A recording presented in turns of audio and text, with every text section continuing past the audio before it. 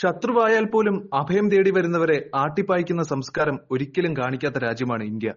നാളിതുവരെ അത് തെളിയിച്ചിട്ടുമുണ്ട്. അതിഥി ദേവോ ഭവ എന്ന ആപ്തവാക്യം ബംഗ്ലാദേശ് മുൻ പ്രധാനമന്ത്രി ഷെയ്ഖ് ഹസീനയുടെ കാര്യത്തിൽ അത് ഇന്ത്യ തെളിയിക്കുകയും ചെയ്തിട്ടുണ്ട്. തുടർന്ന് അങ്ങോട്ടും അങ്ങനെയായിരിക്കും, അതുകൊണ്ടാണ് ജന്മത്ത് പുറത്തിറങ്ങാത്ത വകുപ്പുകൾ അടക്കം ചുമത്തി 300-ലധികം കേസെടുത്ത് അന്താരാഷ്ട്ര സമ്മർദ്ദം ഉണ്ടാക്കിയിട്ടും അവരെ വിട്ടുകൊടുക്കാൻ തയ്യാറാകാത്തതും. ദലൈ ലാമയടക്കമുള്ളവർ അതിഥി സൽക്കാരത്തിന്റെ പ്രതീകങ്ങളാണ് ഇന്നും. എന്നിട്ടും അത്തരം നിലപാട് സ്വീകരിക്കുന്ന ഇന്ത്യയോട് പ്രതികാരം ചെയ്യാൻ ഇറങ്ങിത്തിരിച്ച ബംഗ്ലാദേശിന് അറിയില്ല, ഇന്ത്യ കൈവിട്ടാൽ അവർക്കും അതോ ഗതിയായിരിക്കുമെന്നത്. താൽക്കാലിക സൗഹൃദമെന്ന ഓമനപ്പേരിൽ ചൈന ഇപ്പോൾ കൂട്ടുകൂടിയിട്ടുണ്ടെങ്കിലും ബംഗ്ലാദേശിനെ ഇളക്കിവിട്ട് പണിയുന്ന പാരയുടെ പിന്നിൽ ചൈനയാണെന്നാണ് നയതന്ത്ര വിദഗ്ധരുടെ വിലയിരുത്തൽ. ഏറ്റവും പുതിയതായി ഇന്ത്യൻ മാധ്യമങ്ങൾക്കും കേന്ദ്ര സർക്കാരിനുമെതിരെ ബംഗ്ലാദേശിന്റെ പ്രസ്താവന വന്നിരിക്കുന്നത് ഇന്ത്യയിലെ മാധ്യമങ്ങൾ നടത്തുന്ന തെറ്റായ പ്രചാരണങ്ങളെ സത്യം കൊണ്ട് നേരിടുകയെന്നതാണ്. മുഹമ്മദ് യൂനിസിന്റെ ബംഗ്ലാദേശ് ഇടക്കാല സർക്കാർ രാജ്യത്തെ മാധ്യമപ്രവർത്തകരോട് പറഞ്ഞിരിക്കുന്നത്. ബംഗ്ലാദേശിന് അനുകൂലമായി വാർത്തകൾ റിപ്പോർട്ട് ചെയ്യണമെന്നും അല്ലെങ്കിൽ ഇന്ത്യൻ മാധ്യമങ്ങൾ അവരുടേതായ രീതിയിൽ വാർത്തകൾ വളച്ചൊടിക്കുമെന്നുമാണ് പ്രധാനമന്ത്രി യൂനിസിന്റെ മുഖ്യ ഉപദേഷ്ടാവും പ്രസ് സെക്രട്ടറിയുമായ ഷഫീഖുൽ അലം പറയുന്നത്. ഇന്ത്യൻ മാധ്യമങ്ങളും അവരുടെ സോഷ്യൽ മീഡിയ പ്ലാറ്റ്ഫോമുകളും നുണകൾ നിർമ്മിക്കുന്ന ഫാക്ടറികളായി മാറിക്കൊണ്ടിരിക്കുകയാണ്. ഈ തെറ്റായ പ്രചാരണങ്ങളെ നിരവധി ബംഗ്ലാദേശി മാധ്യമ പ്രവർത്തകർ തിരിച്ചറിഞ്ഞു കഴിഞ്ഞതായും ആലം ഫേസ്ബുക്ക് പോസ്റ്റിൽ കുറിച്ചു.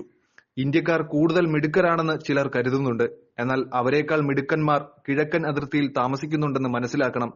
ഏതാനും മാസങ്ങൾക്ക് മുമ്പ് ഏറ്റവും മികച്ച വിപ്ലവത്തിലൂടെ അവർ സ്വേച്ഛാധിപത്യത്തെ പുറത്താക്കിയെന്നും മുൻ പ്രധാനമന്ത്രി ഷെയ്ഖ് ഹസീനയുടെ പലായനത്തെ ചൂണ്ടിക്കാട്ടിക്കൊണ്ട് ആലം പറഞ്ഞിട്ടുണ്ട്.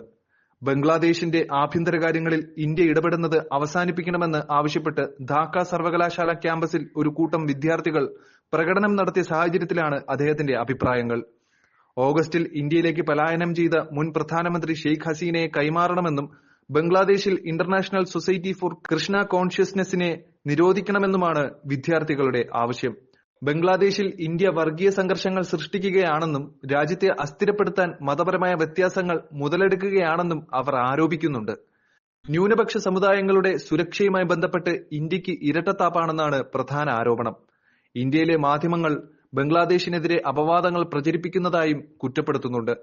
രാജ്യദ്രോഹ കുറ്റം ചുമത്തി ഹിന്ദു നേതാവ് ചിന്മോയ് കൃഷ്ണദാസിനെ അറസ്റ്റ് ചെയ്തതിനെ തുടർന്നുണ്ടായ സംഘർഷങ്ങൾക്കിടയിലാണ് ബംഗ്ലാദേശിന്റെ പ്രതികരണം. ഇന്ത്യ അനാവശ്യ ആശങ്ക തുടരുകയാണെന്ന് ബംഗ്ലാദേശ് ഇടക്കാല സർക്കാരിന്റെ നിയമകാര്യ ഉപദേഷ്ടാവ് ആസിഫ് നസ്രുൽ പറയുന്നു. ഇന്ത്യയിൽ മുസ്ലിങ്ങൾക്കും മറ്റ് ന്യൂനപക്ഷ സമുദായങ്ങൾക്കും നേരെ നിരവധി ക്രൂരമായ അതിക്രമങ്ങൾ നടക്കുന്നുണ്ട്. എന്നാൽ അതിൽ ഇതുവരെ പശ്ചാത്താപമോ നാണക്കേടോ പ്രകടിപ്പിച്ചിട്ടില്ല. ഇന്ത്യയുടെ ഈ ഇരട്ടത്താപ്പ് അപലനീയവും പ്രതിഷേധാർഹവുമാണ്. ഇങ്ങനെയാണ് നസ്രുൽ ഫേസ്ബുക്കിൽ കുറിച്ചിരിക്കുന്നത്. ബംഗ്ലാദേശിന്റെ ഇത്തരം പ്രസ്താവനകൾക്കെതിരെ രൂക്ഷമായ പ്രതികരണങ്ങളും ഇന്ത്യയിൽ നിന്നും ഉയരുന്നുണ്ട്.